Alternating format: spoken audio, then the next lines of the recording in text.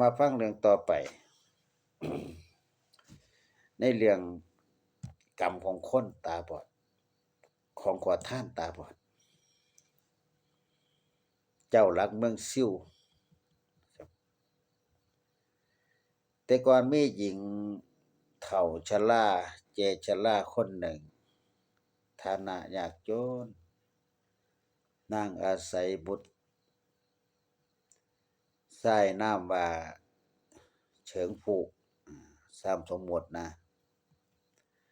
ขอทานเลี้ยงชีพเฉิงผู้นี่ตาบอดตั้งแต่น้อย ได้ปฏิบัติเลี้ยงเบิ่งมารดาด้วยความกตัญญูยิ่ง ชาวบ้านสงสารที่เขา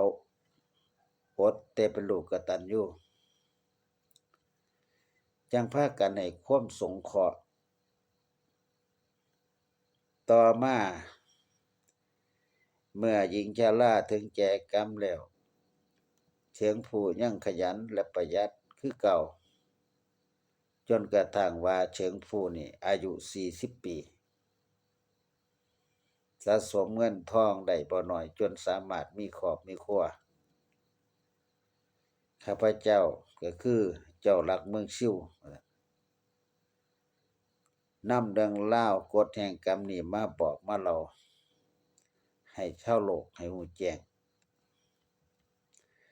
หนึ่งเป็นหยังเฉิงผู้ถึงได้ตาบอด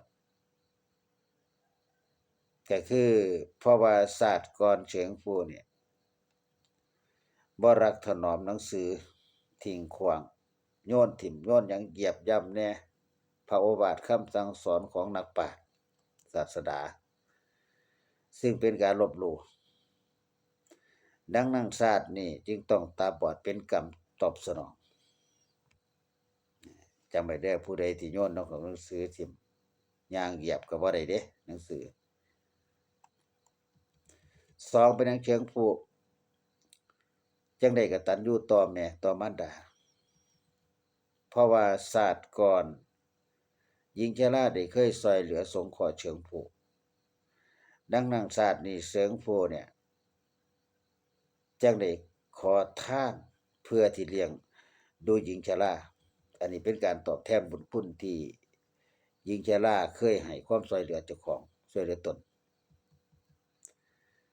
สามเมื่อศาสตร์ก่อนหญิงชรามีจิตกุศลให้ความช่วยเหลือเฉิงผู้เป็นหยังศาสตร์นี้ถึงยากจนแม้ว่าศาสตร์ก่อนหญิงชราสิมีจิตกุศลให้ความช่วยเหลือเฉิงผู้แต่ขณะมีชีวิตบ่รักถนอมทรัพย์สินใส่ใจอย่างฟุ่มเฟือยดังนั้นศาสตร์นี้จึงต้องตกระกำลำบากเกิดเป็นคนจนเป็นการตอบสนองผู้ใดที่ใช้เงินฟุ่มเฟือยบ่รักษาทรัพย์นั่นล่ะเกิดชาติหน้าก็สิเป็นคนจนบ่รักษาทรัพย์คือจังยายชราเด้อ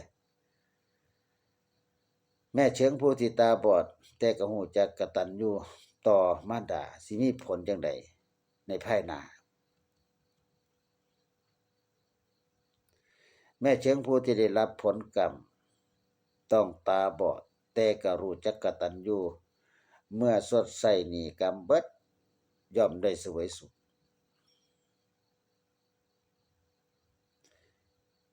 ในประการต่อไปบอกว่า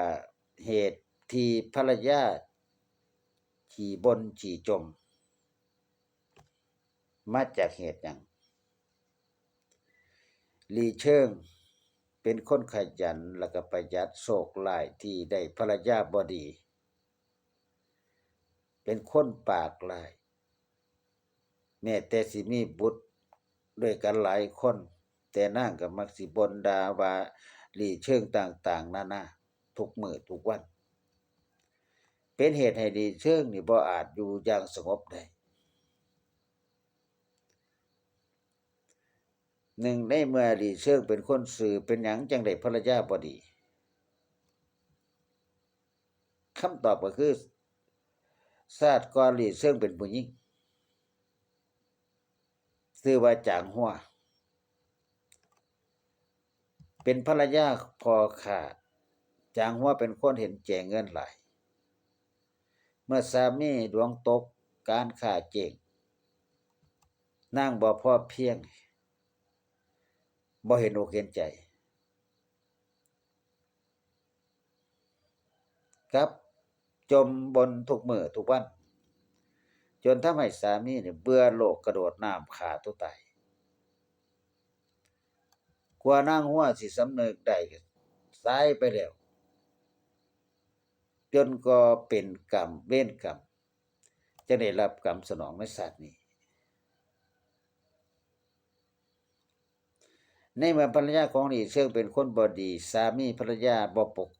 ปรองดองเป็นหยังจังมีบุตรนำกันหลายคน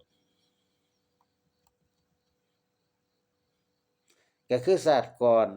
ภรรยาของหลีเชิงนี่เป็นสามีของจางหัวถึงแม้สิถูกแม้แต่สิถูกบีบคั้นจนต้องฆ่าตัวตายแต่เคยได้รับความช่วยเหลือจากจางหัวดังนั้นชาตินี้จึงได้เกิดเป็นผู้หญิงแล้วก็แต่งงานกับหลีเชิงเลี้ยงเบิ่งลูกๆให้เพื่อว่าตอบแทนบุญคุณแล้วก็แก้แค้นที่ชาติที่ก่อนเนี่ยถูกบ่นถูกด่าทุกมื้อเป็นการแก้แค้นนะบ่มีเวรกรรมต่อกันบ่ได้เป็นสามีภรรยากันจองเวรกันไปจองเวรกันมาเมื่อใดถึงที่สิ้นสุดผู้เป็นสามีภรรยาถ้าประสบเคราะห์กรรมต่างนี่ควรสำรวจข้อบกพร่องของตนเองให้กำลังใจต่อกันแล้วก็เดินในทางเดินในเส้นทางแห่งความดีบำเพ็ญบุญกุศลเพื่อทำคุณไถ่บาปอย่าได้ก่อเวรสร้างกรรมอีกสิได้บ่ต้องจองเวรกันในชาติต่อไปจั่งเช่นหลีเชิงหากรู้แจ้งกรรมหากเพิ่นรู้แจ้งกรรมเก่าก็ควรหมั่นบำเพ็ญบุญกุศลเพื่อไถ่บาปส่วนภรรยาของหลีเชิงก็ควรสิสำนึกผิดอย่าได้สร้างวจีกรรมอีกกาสิสลายบาปกรรมได้ขอให้ชาวโลกจงเข้าใจตามกรรมตามเวรนี่มันเป็นจังซั่นหลวงพ่อโยมแม่ขอเจริญพรเนาะ